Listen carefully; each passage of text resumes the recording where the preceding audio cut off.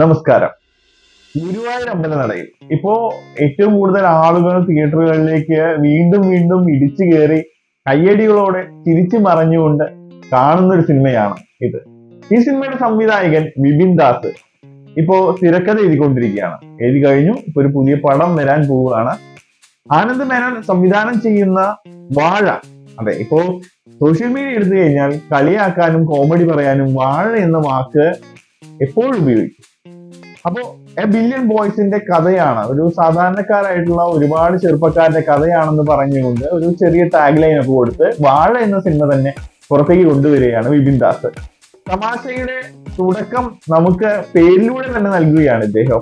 ഇപ്പോൾ ചിത്രത്തിന്റെ first look poster വന്നിരിക്കുകയാണ്. ചിത്രത്തിലെ താരങ്ങളെ നോക്കുകയാണെങ്കിൽ അവരും സോഷ്യൽ മീഡിയയിലെ സെലിബ്രിറ്റികളാണ്. അവർക്കിപ്പോൾ സിനിമയിലേക്ക് അവസരം കിട്ടിയിരിക്കുകയാണ്.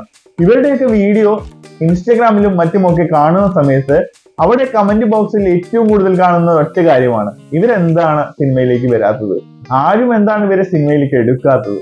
ഈ ചോദ്യങ്ങൾക്കെല്ലാം ഉത്തരം നൽകിക്കൊണ്ട് വിപിൻ ദാസ് തിരക്കഥ എഴുതുന്ന ഈ ചിത്രം ജനങ്ങൾക്ക് ചിരിക്കാനും അതുപോലെ ചിന്തിക്കാനും ഒരുപാട് പ്രത്യേകതകൾ നൽകുമെന്ന പ്രതീക്ഷയാണ് നൽകുന്നത്. ചിത്രത്തിലെ താരങ്ങൾ ആരൊക്കെയെന്ന് നോക്കാം. സോഷ്യൽ മീഡിയ താരങ്ങളായ സിജു സണ്ണി, സാഫ് ബോയ്, ജോമോൻ ജ്യോതിർ, ഹാഷിർ അലൻ, വിനായക്, അജിൻ ജോയ് എന്നിവരാണ് ഇതിലെ പ്രധാന കഥാപാത്രങ്ങളെ അവതരിപ്പിക്കുന്നത്.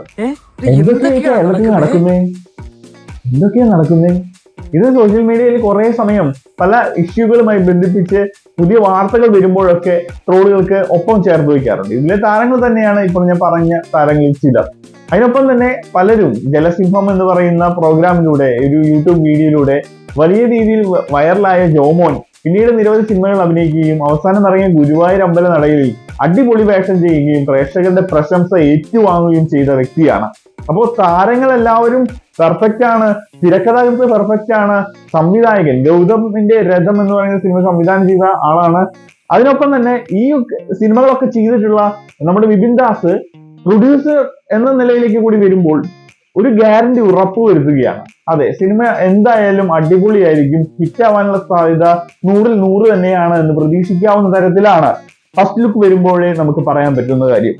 അപ്പൊ എന്തുകൊണ്ടും ഈ സിനിമയുടെ ടിക്കറ്റ് ഫസ്റ്റ് ലുക്ക് കാണുമ്പോൾ തന്നെ നമുക്ക് ഉറപ്പിച്ചു കഴിയാം. അതുകൊണ്ട് ഇത് എന്നാണ് റിലീസ് എന്നത് മാത്രമാണ് നമ്മുടെ മുമ്പിലുള്ള ഒരു ചോദ്യം. അപ്പൊ കാത്തിരിക്കാം. അതിന്റെ കൂടുതൽ വിശദാംശങ്ങൾക്കായിട്ട് മറ്റൊരു വീഡിയോയിലൂടെ നമുക്ക് വീണ്ടും കാണാം. ബൈ.